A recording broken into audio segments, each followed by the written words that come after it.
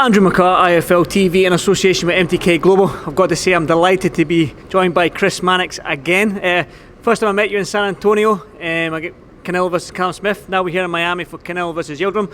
But my first question is, how's things? How's life? Good, man. Good to see you again. Good to be, back at another live fight. And I do love live fights with crowds. I'm wary of the dangers of it all, but when you can get people in the building, it definitely creates a cool atmosphere. Obviously, we're doing it in a safe way, 15,000 fans, not max capacity, but the atmosphere back in San Antonio with 12,000 fans, Mexican fans screaming, the atmosphere was unreal. I can just only imagine what it would be like if it was packed. Same with this one at the Miami Dolphins. But I wanted to backtrack a little bit. I just want to go back to the Callum Smith fight against Canelo and get your sort of thoughts on the whole fight and Canelo's performance and Callum Smith's performance that night. Not surprised that Canelo won. Very surprised that he dominated in the way that he did. I came into that fight believing that Callum Smith was the number 168 pounder in the world. I still believe he's a top guy, but I think we saw the greatness of Canelo on display in that fight. Not only does he have these incredible skills, speed, power, great head movement, discipline, but he comes into fights with these unbelievable game plans. Like, his game plan against Callum Smith was to go after that arm. Mm-hmm. Like, he knew that Callum Smith's best punch, or one of his best punches, was that left hook. You saw it against George Groves, you've seen it against other guys, and he efforted from those early rounds to take that away by busting up that left arm. And I thought that was an incredible piece of strategy that, look, maybe he would have won anyway because he is the more talented fighter, but adding that layer to it makes him so much more difficult. I think Callum, as far as he goes, probably best to move up to 175 anyway, still has a bright future ahead of him, but my takeaway from that fight was we saw just how big the gap is between Canelo and everybody else. Talk about that gap between Canelo and everybody else. He's up against his mandatory challenger in Anthony Yildirim. Now, a lot of people don't know who Yildirim is, but fortunately, us in the UK, we do, because he did fight Chris Eubank Jr. Chris Eubank Jr. managed to stop him, I believe, in four rounds. Can't quite remember. Your thoughts on this fight? Do you give Yildirim any chance against Canelo? Because you mentioned there the gap is unreal. I'd love to sit here and say he has a chance. I don't see it. I've watched that Eubank fight back about a half dozen times. It's like Chris Eubank decided in the third round, I'm going to open up, and did, and stopped Yildirim in his tracks. Joel Diaz, the new trainer for Yildirim, he's been telling everybody all week, and for months really, that don't look at any of the tape of Yildirim before. Don't look at Chris Eubank. Don't look at Anthony Jarrell, which was his last fight. I have changed this fighter. So maybe if there's something new that Joel Diaz added to Yildirim, we could see something surprising. But Yildirim's not an especially young guy, and guys that are established fighters generally don't change all that much, especially not in your first fight with a trainer. So I'm expecting Yildirim to try to be aggressive early on, to make Canelo uncomfortable. But when you do that, you leave yourself wide open for big shots, and Canelo's speed and power is as good as they get at 168. Obviously, another thing with Yildirim and Canelo's fought 10 weeks ago. Yildirim hasn't fought in nearly 2 years. Who's going to benefit from that? I think Canelo benefits. Canelo fought 10 weeks ago, but before that, it was over a year. So, yeah, he was sitting on the sidelines, chomping at the bit, waiting to get back into the ring. Yildirim, I think, is a bigger concern. 2 years is a long time. And then to have a new trainer and not have an interim fight in between against a lesser opponent where you can shake out some of those things that you're still learning on the job. This is a tough thing to do, to go in with some new techniques. It's one thing to do it in sparring.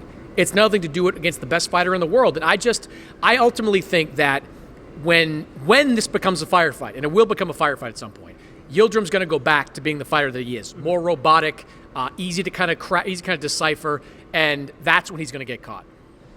Obviously, I'm guessing you're predicting a Canelo win. Now, Eddie Hearn's sort of hinted at me that Billy Joe Saunders was meant to be here this week. There's a reason why, but obviously he couldn't make it because of travel restrictions and whatnot. But Eddie Hearn has said that there is going to be an announcement after that fight for Canelo's next fight. Now, you don't have to be a mathematician or a genius to figure out who is next, but it is going to be Billy Joe in May 8th, I think, in Las Vegas. Do you give Billy Joe a chance? The head games, Billy Joe can talk. I know Canelo's cool, calm and collective, but has Canelo face somebody like Billy Joe in terms of the way he trash talks and the way he brings himself to press conferences and weigh-ins and stuff like that, and the slick southpaw, undefeated, he's strong at super middleweight. There's loads of variables there that Canelo hasn't faced yet. Do you think Billy Joe has a chance against Canelo? I give him a chance. In fact, I would say that Billy Joe is the most dangerous opponent for Canelo to face at 168 and below, because he's probably the best boxer at 168 and below. We know that Canelo, you're not going to hurt him. Like, he went 24 rounds with Gennady Golovkin. He went 12 rounds with Callum Smith. He has a great chin. But can he be outboxed? That's something we don't really know. Remember, Canelo's not a volume puncher. Like, he can lose some rounds, and did lose some rounds to Sergey Kovalev in their fight when he was effective with the jab. So I think there's a possibility that Billy Joe Saunders can rack up rounds and win a decision against Canelo. I don't necessarily believe that the trash talk that we are invariably going to see. I mean, Billy Joe Saunders is good at it, and he's going to run his mouth during the promotion. But you flash back a couple of years, Canelo was called a cheater over and over again by Gennady Golovkin. Abel Sanchez said some horrible things about Canelo in that buildup. And Canelo really just used that as fuel and put the kind of beating on Golovkin that we've never seen anyone do to Gennady Golovkin. So I think whatever Billy Joe throws at him, it's just going to be absorbed. He's not going to respond to it, and he's going to use that in the ring. But Billy Joe's skills, his slickness, the fact that he's a southpaw, and the fact that, and you know this, Billy Joe seems to just get up for the big fights. The lesser ones, he goes down for. The big fights, he gets up for. This is as big as they get. So I'm expecting the very best of Billy Joe Saunders, something close maybe to what we saw against David Lemieux, which was, I thought, his signature performance. I totally agree with that as well. Chris, the other thing on that side of things, you mentioned Billy Joe's slickness and southpaw and stuff like that, and Canelo can lose rounds against boxers, people that can just ping, stay on the back foot and land shots at ease. We've seen that against Floyd Mayweather. We've seen that against Erislandy Lara, albeit that was a good few years ago now, and we can all tell that Canelo's a much different fighter nowadays. But again, do you think if Billy Joe uses his brain, sometimes it's hard, no, I mean, Billy can get into a little bit of a war when need be, but if Billy Joe stays switched on for them 12 rounds, he can just outbox Canelo? I think it's his best shot. I'll put it that way. I mean, beating Canelo, I'll wait to see if somebody other than Floyd Mayweather can do it. And you mentioned those fights, whether it's Lara or Austin Trout. I mean, those were 7-8 years ago when Canelo was still coming up the ranks and figuring himself out. Same thing with Eddie Reynoso. He was a younger trainer back then. Now I think they'll go into that fight with a tremendous game plan. But if Billy Joe can stay disciplined, if he can be in the best shape of his life and keep moving and keep counterpunching, he obviously has great in-ring intelligence, maybe the best in-ring intelligence of anybody Canelo's faced over the last 6-7 years. If he can do all that for 36 minutes, he's definitely got a shot. But if you look at the Kovalev fight. Kovalev was disciplined, I thought. Throughout, for 10-plus rounds, he was disciplined. Then you get into that 11th, and he lost his intensity, his discipline for 1 second, and Canelo caught him. And when he caught him, he finished him off right there. Canelo can do the exact same thing to Billy Joe Saunders. That's the thing. It's hard to stay switched on for 36 minutes against Canelo because it seems like he's patient enough to just wait. He'll wait for his moment, which is scary and dangerous. Now, Canelo's hoping to fight 4 times this year. It's like unheard of nowadays for us to see world champions, especially elite world champions like Canelo, fight 4 times a year. We used to just do twice or maybe even the once. Are you hoping that maybe this is the precedent that we're going to see more world champions fight them 4? We've seen it with Sugar Ray Leonard back in the day, even going way back to Sugar Ray Robinson, Muhammad Ali.